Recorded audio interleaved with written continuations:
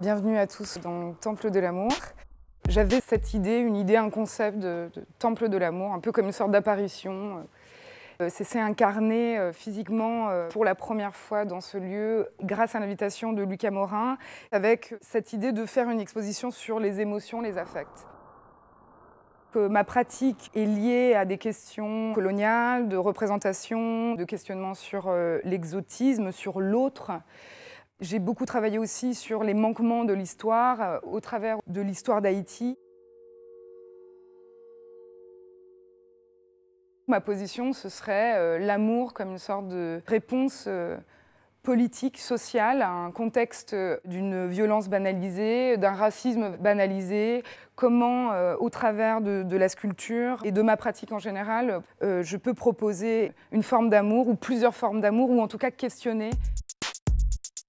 Volontairement, j'ai mis en place des sculptures fonctionnelles au service des autres et qui auraient aussi cette fonction d'unir les autres. Par exemple, la série de coussins qui est autour de moi, qui sert aux réunions autant pour le personnel et les gens qui travaillent dans l'institution de Béton Salon que le public qui a envie de trouver un autre espace que simplement visiter une exposition, mais être là, habiter l'espace, échanger. On a aussi la table, cet élément symbolique, rituel, qui va être pour moi un espace important pour parler d'amour, parce que c'est un espace de partage, c'est un espace qui peut être privé, public, mais en tout cas, il y a en tout cas un espace d'échange qui est évident. Je vais convoquer deux figures, pour moi importantes, des figures spirituelles, je pourrais dire, deux déesses. Une déesse qui s'appelle Ishtar, une déesse qui est babylonienne, et Erzulie Freda, qui est une déesse de l'amour, de la sexualité et de la guerre, qui est, elle, haïtienne. Ces deux figures ont un temple pour elles, puisque je désigne mes œuvres comme des sortes de sculptures, offrandes à ces deux déesses. Ishtar n'est pas que la déesse de l'amour, mais de la sexualité. C'est une déesse qui sera le matin masculine et le soir féminine, le soleil et la lune, donc qui va aussi questionner le genre, promouvoir la prostitution et finalement subvertir la norme sociale. Erzulie protège les femmes, elle protège les femmes célibataires avec enfants, elle protège les prostituées également. On l'appelle aussi la Vierge Noire.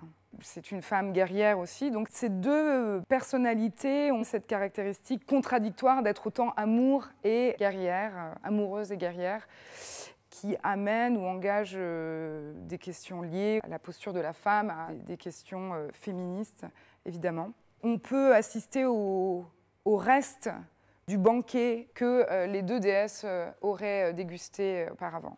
Certaines sculptures sont des huîtres géantes qui seraient leur buffet.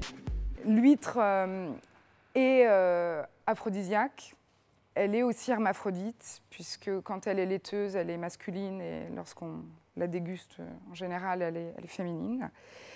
Ce qui m'intéressait beaucoup aussi dans l'histoire de l'huître, c'est son origine européenne, française.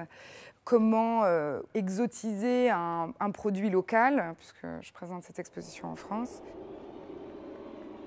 Dans la Grèce antique, les Grecs s'en servaient pour voter et bannir les gens de la cité.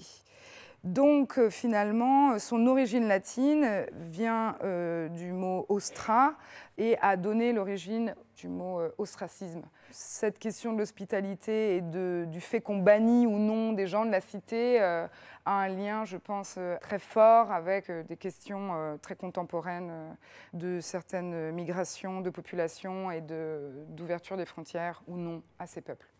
Voilà.